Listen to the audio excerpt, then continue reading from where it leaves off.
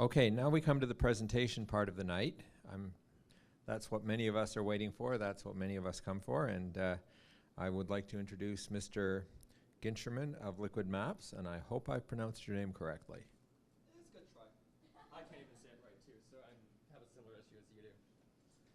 Okay.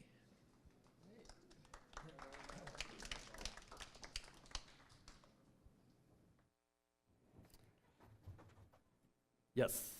Oh, wow, I can hear the echo. So I'm presenting my two projects that I did last year and a year ago. Before I start, I want everyone to kind of like stand up if you can, and kind of like shake off the day. You know, it's the end of the day. You had a long day at work. Last night you were in a Twitter argument, or doing user testing. All right, you can sit down now. You can stand the whole time, but it'll make me very nervous. So I'm Jay Gincherman. It's not that hard to say. I'm a provisional member of the Registered Graphic Designers, and I'm LAT because I'm an independent graphic designer. I'm also a map enthusiast, a co-founder of Softball Collective. My colleague Melissa's over there. We do a lot of interactive, physical interactions, and we're also working on a documentary on ghosting, but I'm not talking about that right now. I volunteer with Ample Labs. Is anyone here from Ample? Okay, got one fanboy. And occasionally I am a drag queen, which actually does have to do with this project. I didn't show up in drag because they would not pay for my wardrobe budget. So I want to have a show of hands. Who here loves maps? All right, and you over there, why do you love maps? For convenience? And they look beautiful. So they're easy and pretty. So, and I want to hear a show of hands. Who here has been asked this question? What's your background? So when I get asked this question, I realize, okay, sometimes it's, oh, they're trying to figure out where I am in a kind way, or it's a bit more malicious and they're trying to figure out where my eyebrows came from. And I like to play around with this, and I say, well, obviously, my background is graphic design. And then they say, no, your background. Like, oh, I see where this is going. So I say, well, I'm Jewish. And they're like, oh, no, that's a religion. I'm like, well, no, because we're also an ethnicity. And it's kind of complicated because we've been kicked out of a lot of places. So I can't point to a map and say I'm from there. I have to point to this complicated migration pattern that has periodically ended in Canada until hopefully events don't happen. And I thought a lot about this, my identity during my coming of age ceremony that people by background have. No, not my bar mitzvah. My undergraduate thesis at OCAD University.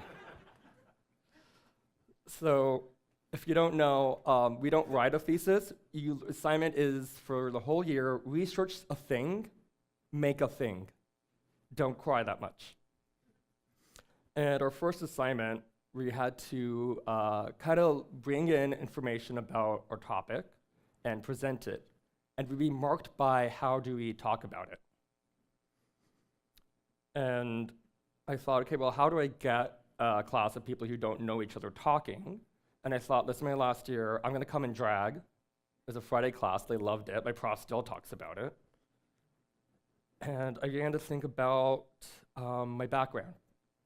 Because we didn't really have a pope or a central authority, the way we talk about information is more collaborative than the way I'm talking to you right now, with me saying, this is what the truth is, listen, and then go about your day.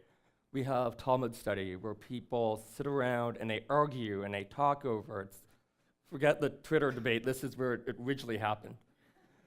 And we'll go over Bible verses and read commentary and have commentary of their own. And even the pages of a Talmud book looks like this table. You have the Bible verse in the middle and commentary from different rabbis.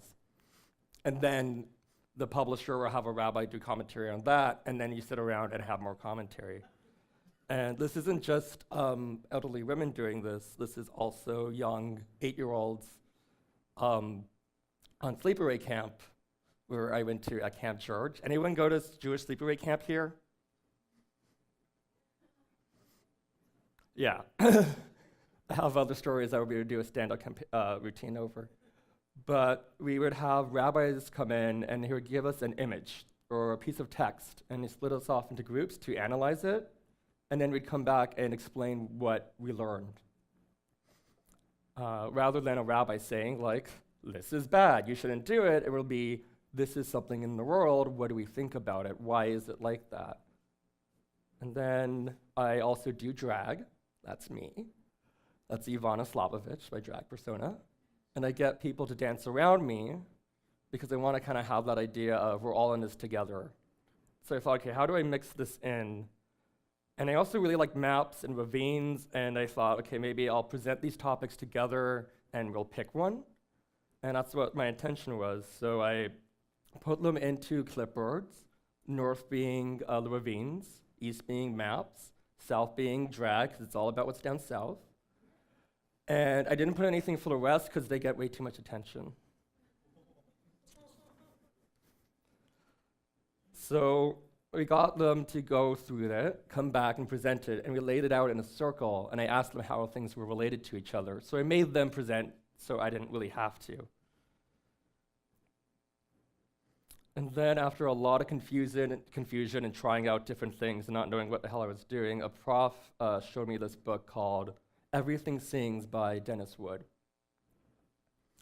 And where he made several maps of his neighborhood. So he looked at the jack-o'-lanterns in his neighborhood and mapped them out, and how many times people were mentioned in a newsletter and where they live, and looked at some typical maps like elevations, streetscapes. And he said that when you layer them on together, the elevation, mentions of the news, people mentioned in a newsletter, and jack-o'-lanterns have kind of a correlation, but this correlation has a causation, and that's money. Rich people live up high, they get mentioned a lot, and they can afford to put a vegetable outside their lawn and let it rot to attract children that they give candy to. So I thought, this is really cool, but in a book, I can't see this comparison. So I thought, I'm going to metaphorically cut the spine off this book. And then I saw this art show at the AGO by François Allier, where he presented all of his process work on a light table. But it was under glass, so you couldn't overlap things and see how things were compared to. So I cut the spine off and flipped the table, just the top of it.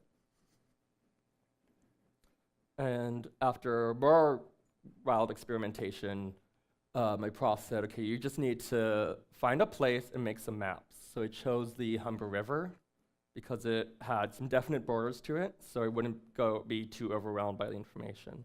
And there was a lot, and from what I did know, there is a lot of history in that space. So at the end of my thesis, I came up with about 12 maps. Here were 3 or 6 of them. So I looked at really about how does the space, how is it remembered and throughout history? So looking at the historical plaques. So I mapped out which ones, if they were talking about colonial history or indigenous history, where do the paths not go in the space? How do animals like salmon go through the space? And what are their limitations? And but I set it up instead of on like a poster board or like a science fair project. I had it laid out on a light table so people can really interact with the maps. And each title has a question so people would have conversations on them.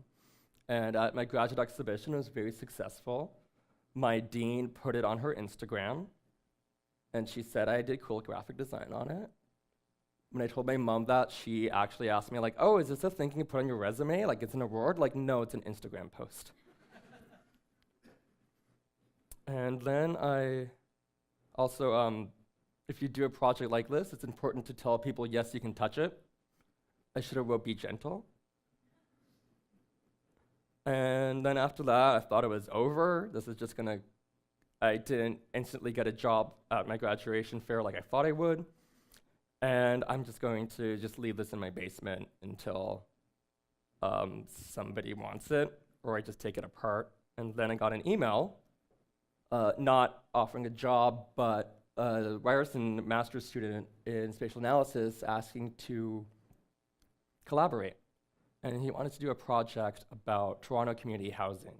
And so we gathered the research, and he wanted to look at overlapping colors.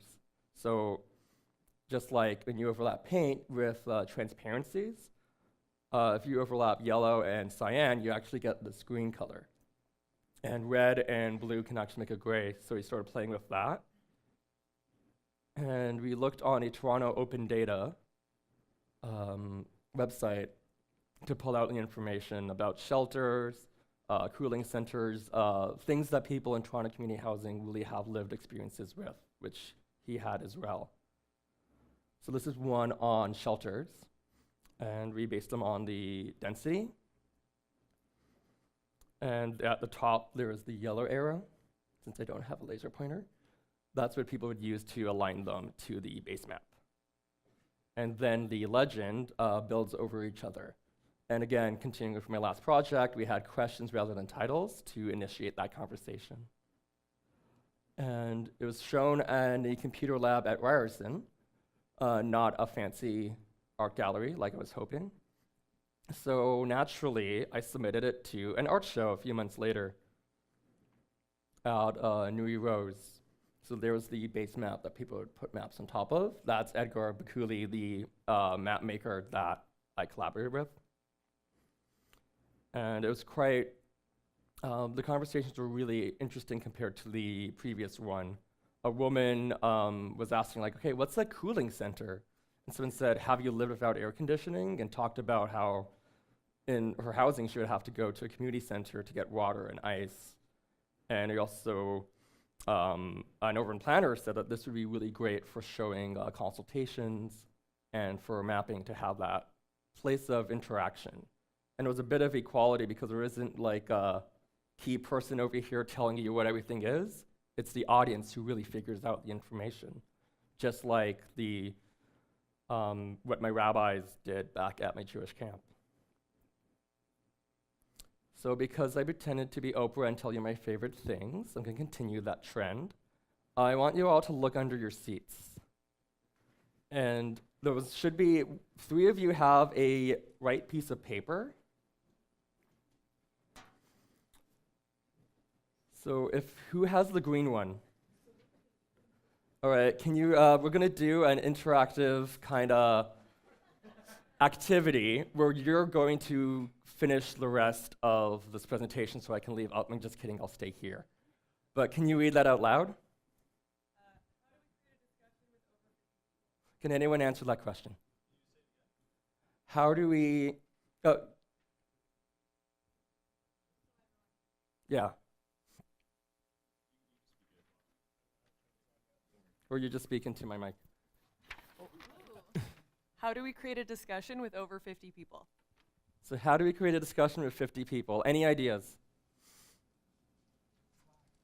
Slack? Now how do we do that in real life? Unless we all go on our phones on Slack. And I'm giving 5 minutes for this part. Not Twitter. I was going to say small groups where each group come up with a point and then the points are shared. Small groups. And then you could also present them at the end. There's a trick called a thermometer, where you take 50 people, or really any number of people, ask them their opinion on a particular issue, and you map it out on the floor, starting from here to here, and usually with tape or something. And you ask people to take positions depending on how strongly they feel about one side or of the topic or the other, and they actually stand on the line. And then when people explain what makes them think the way they do, people are free to move if they've been persuaded or are willing to consider changing. Yeah, that's an idea. Any more? concentric circles, so everyone is as close together as possible, and a projector that someone's transcribing on. That's a neat idea. Anybody else? Everyone talking in sequence for 4 hours. We're out of sequence. I mean, it's a conversation. Screaming on top of each other. The Twitter war. Yes. If there were 50 people here, which we're probably a little under, you'd be doing it right now? Yeah. I should have said 50-ish. Do you want to? Anybody else? We have 3 minutes. Or I can. Oh, I'm speaking into 2 mics. Did not think that part out.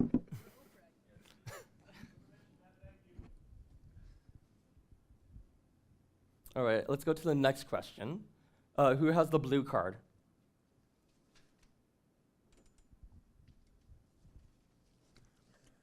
Who is unmapped? So who is unmapped? What do you think the word unmapped might mean?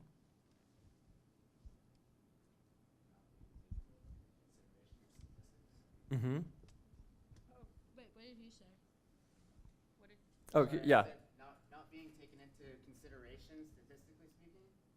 And why might that happen? Mm-hmm. Quiet people? Maybe people don't want to be mapped. Not knowing where you're going? Like, you're really bad directions? You're bad at directions? I mean, that's my friend who had to call me to figure out how to get in, so she is unmapped today. And then I'll go to the final question. Who has the red card? And do you feel like reading it out loud? If not, you can pass it on to somebody who is more eager to speak. What happens when the audience takes over? So go take over. Nobody speaks. Why do you think that might happen? I think maybe it's because oh, you have an answer.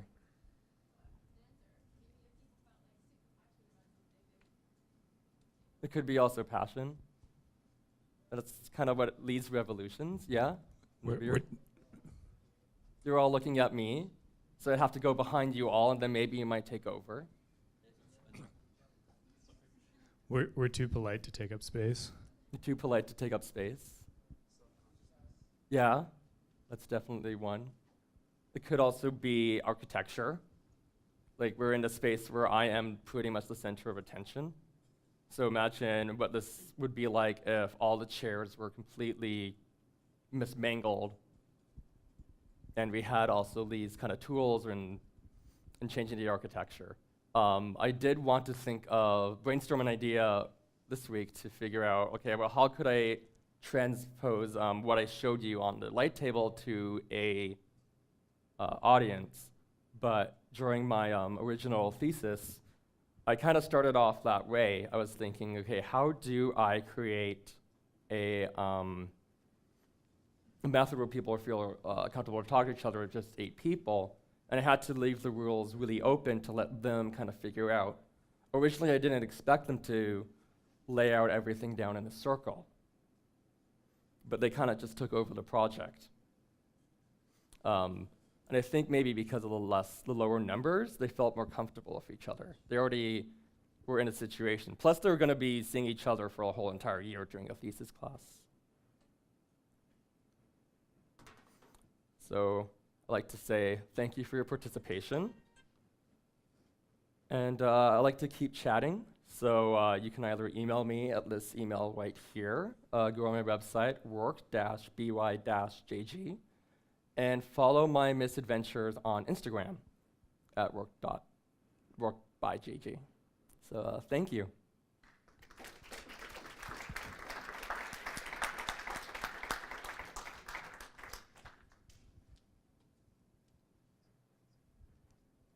Do we have any questions, or are you willing to take questions? We can let the audience decide. Okay, well, it's up to you then. Yes.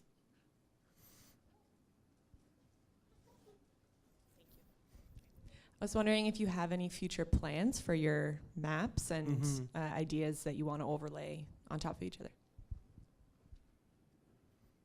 So for the ideas for maps, well, the light box is at my parents' place if anyone wants it. I am thinking of showing it at a project launch for Ample Labs, which is a chatbot that alleviates homelessness. So because so I'm thinking of showing it to that. Plus, there's somebody on a team who probably has a van that can transport it. But if anybody is interested in it, we can talk later. My question is,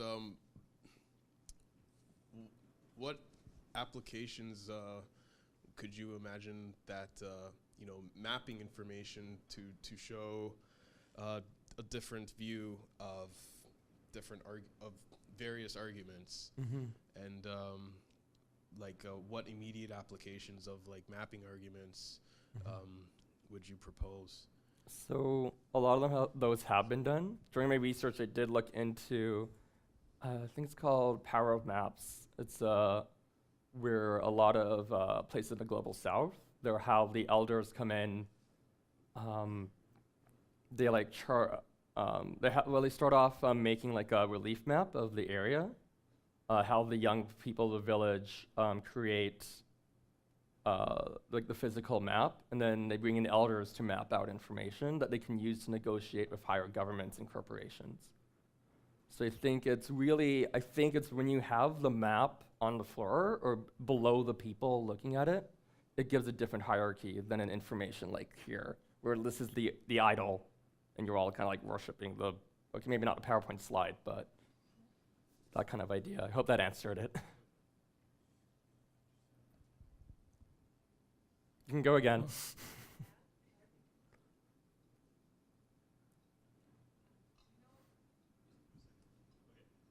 Do you know of any, softwares that you could have people mapping out their experiences, so then you see what's important to one person, whereas another person would be mapping different items in the environment based on what's important to them? And so how would you then take those physical drawings and then make them a digital map? Do you know of anything that does that? There are, some online tools of that I've seen. I don't know how they created them. When I was doing my research, I was thinking of doing something digital, but everything always breaks at the graduate exhibition, so I stuck low tech. Plus, I didn't have to learn that much else. But that I don't really know. But I did do Instagram. You used to be able to have a map feature, but they took that away. You can also hack Google Maps really easily, just by when I was in Montreal during my thesis, I did put up fake places and reviews of I think I made a fake gallery that didn't exist, and somehow it got approved.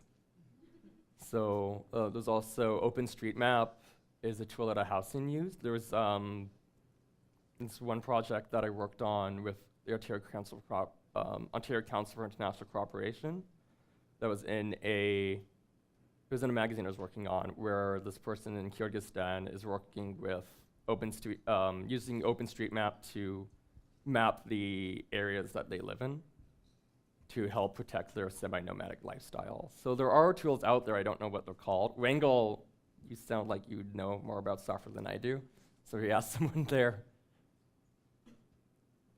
Thank you.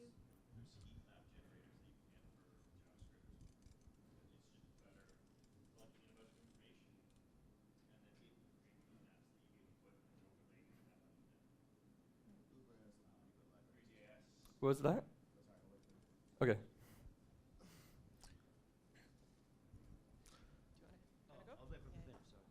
No, I was just saying that Uber has some great libraries for data visualization as well. Yeah, because that does show you where do people want to go, especially at late hours at night. Okay, well. Right. One more question then? Sure.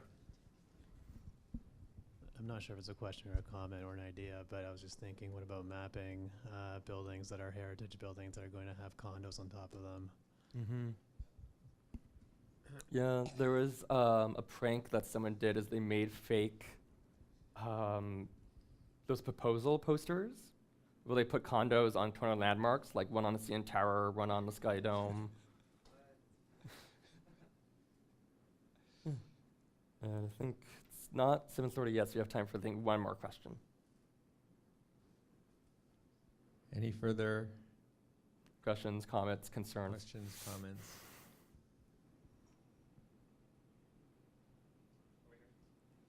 Ah,